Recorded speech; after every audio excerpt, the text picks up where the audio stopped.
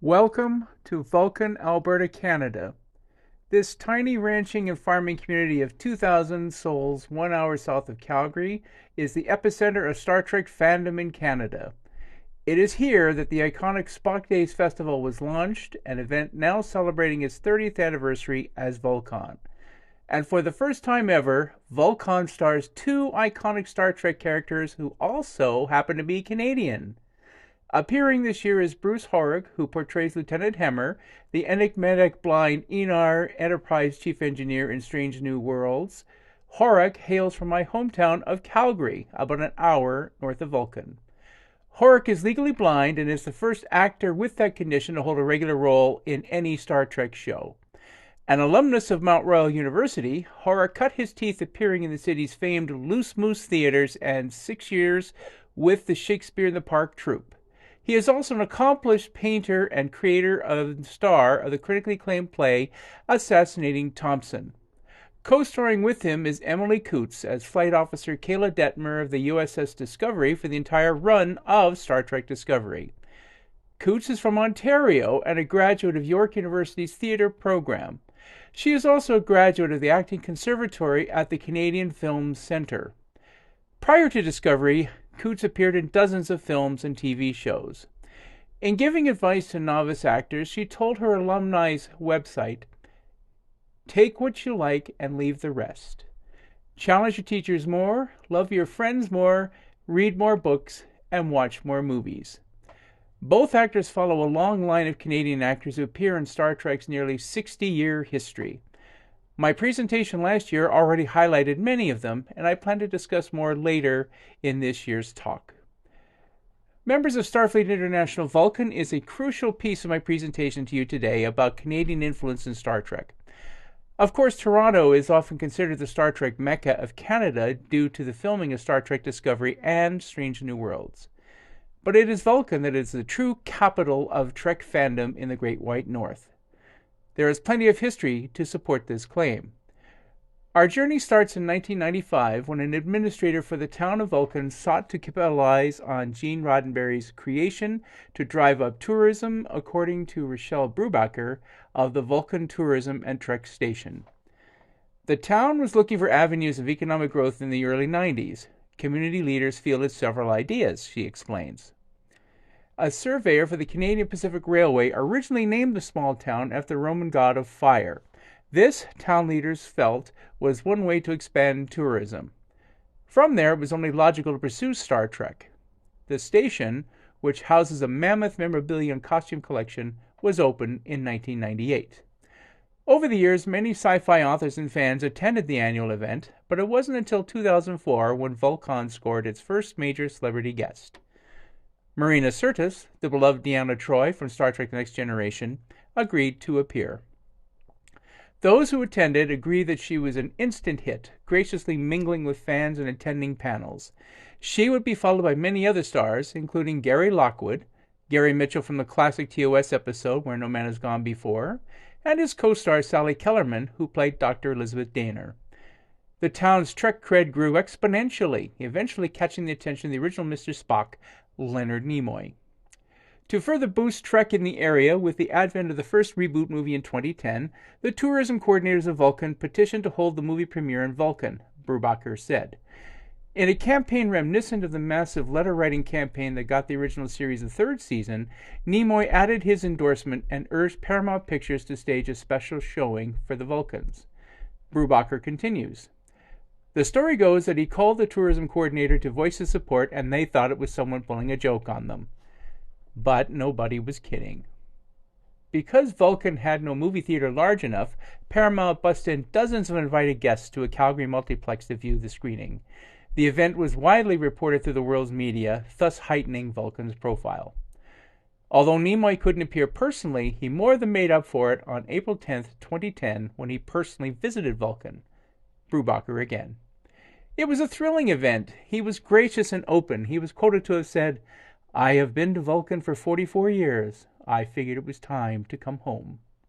6 years later, his son, director Adam Nimoy, was a featured guest where he witnessed the unveiling of a Spock bust. That appearance, which also starred Kellerman, boasted robust costume contest panels and a parade. Nimoy also judged some fascinating cosplayers, including Harry Mudd and his wife Stella, Vina as a Green Orion slave girl, and an impeccable portrayal of the disfigured Captain Christopher Pike inside his motorized wheelchair. One prominent Canadian who is fascinated by the Great White North Pipeline is Hugo and Nebula Award winner Robert J. Sawyer, author of Hominids and the 2020 best-selling alternative history thriller The Oppenheimer Alternative. Sawyer traces his Trek fandom back to 1976 when, as a high school student, he and hundreds of other fans attended the first Canadian Star Trek convention in Toronto. It was called Toronto Star Trek 76, and everyone except Shatner, Nimoy, Kelly, and Roddenberry was there, he recalls. I was 16 back then, and a contingent from my high school science fiction club, which I co-founded, attended en masse. It was an absolutely wonderful experience. Speaking of Vulcan, Sawyer noted that he has attended in the past and gives the town plenty of credit for seizing upon its unique connection. It's a lot of fun, and you've got to admire the tourist board that turned a tiny prairie town into an annual mecca for Trekkies based solely on the coincidence of the town's name, he said. As an author who has worked in television, Sawyer offers a unique perspective on why so many Canadians are part of the franchise. Noting that both William Shatner and James Doohan both got their start here, the fact is, Star Trek has always been melodramatic, and it welcomes over-the-top performances, which is exactly what stage actors like Shatner tend to bring to the screen, he notes. And another example. Still, if you really want scenery-chewing performances, you can't beat those of two of the most memorable guest stars in the original series. John Colicos as Klingon Commander Kur in Errand of Mercy, and Steve Einat as Lord Garth in Whom Gods Destroy. Although he's a fan of both shows shot in Toronto, Sawyer is critical that key creative talent has been shut out: Canadian writers. I have to say it's a bit galling that they are made here, with Strange New Worlds just a couple of kilometers from my home in Mississauga, and Discovery in Toronto's studio district, with many Canadian actors, Canadian directors, and Canadian production crews, but the writers' room for both are in Los Angeles, and there isn't a single Canadian writer in either show, he complained. Writing for Star Trek, Sawyer admits, is on his bucket list, especially, he notes, he wrote the last 2 episodes of the very successful fan web series, Star Trek Continues. The recently concluded series Star Trek Picard also starred a prominent Canuck in its first 2 seasons. Daystrom Institute scientist Agnes Girardi was played by Toronto-born Alison Pill, whose nuanced performance as the morally conflicted robotics expert eventually led to becoming the Borg Queen in an alternate timeline during Season 2. But to paraphrase the final episode of TNG, all good things must come to an end. Earlier this year, Paramount shocked fans by announcing that Discovery would bow in 2024 with Season 5. Thus ending the first remarkable run of Star Trek on Canadian soil. But the season will continue with more Canadian stars in pivotal roles. Adding his talents is veteran character actor Callum Keith Rennie. The British-born Rennie was raised in Edmonton and is best known as the human-looking Cylon Leo Ben Connoy on the reboot of Battlestar Galactica. Rennie's Discovery character, according to StarTrek.com, is Starfleet Captain Raynor, a gruff, smart captain who holds a clear line between commander and crew. The website also notes Raynor is a strong wartime leader who doesn't do niceties along the way. Paramount is keeping mum on further details about Raynor, like which ship he commands, his species, or past missions, but there is a lot of buzz about him on the web.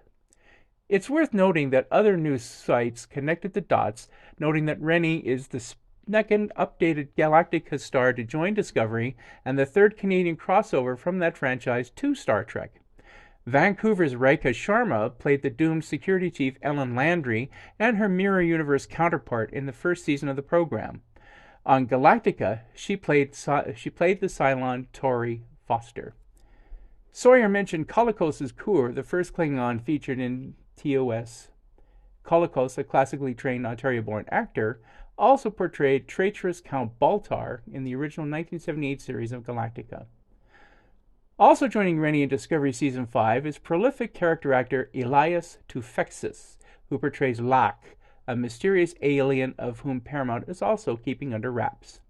Tufexis, from William Shatner's hometown of Montreal, returns to Discovery following his first season role as Cold, a human convict who identified then-felon Michael Burnham to their fellow convicts aboard prison shuttle SPT-21 before landing aboard Discovery.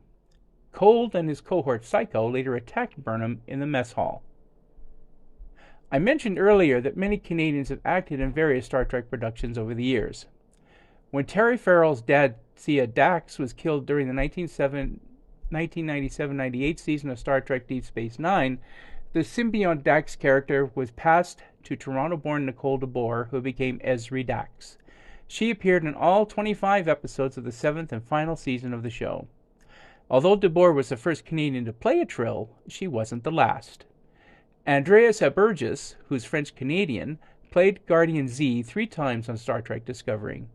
Z debuts in the 3rd season episode Forget Me Not, in which Adira travels to Trill to seek help on retrieving their memories from past lives with their symbiont. Z appears again in the 4th season episode Choose to Live, in which Gray's consciousness is being prepared for transfer into a synthetic body with the Tal symbiont. Z's last appearance is in But to Connect. We conclude our look by honoring the memory of Sharon Acker, who played Odana in the 3rd season TOS episode The Mark of Gideon. Acker, who was born in Toronto, passed away earlier this year at 87. The episode, co-written by Stanley Adams, also known as Cyrano Jones, examined overpopulation and an attempt by the planet Gideon to use Captain Kirk in an experiment to arrest that growth. Archer was a veteran TV and film actor who appeared in the 1967 crime drama Point Blank with Lee Marvin and TOS alum Michael Strong. She would later appear with Strong and Colicos in the 3-part pilot for Galactica in 1980. Delegates, this concludes my presentation to the 2023 Virtual International Conference. I hope that you found my talk fascinating. Live long and prosper.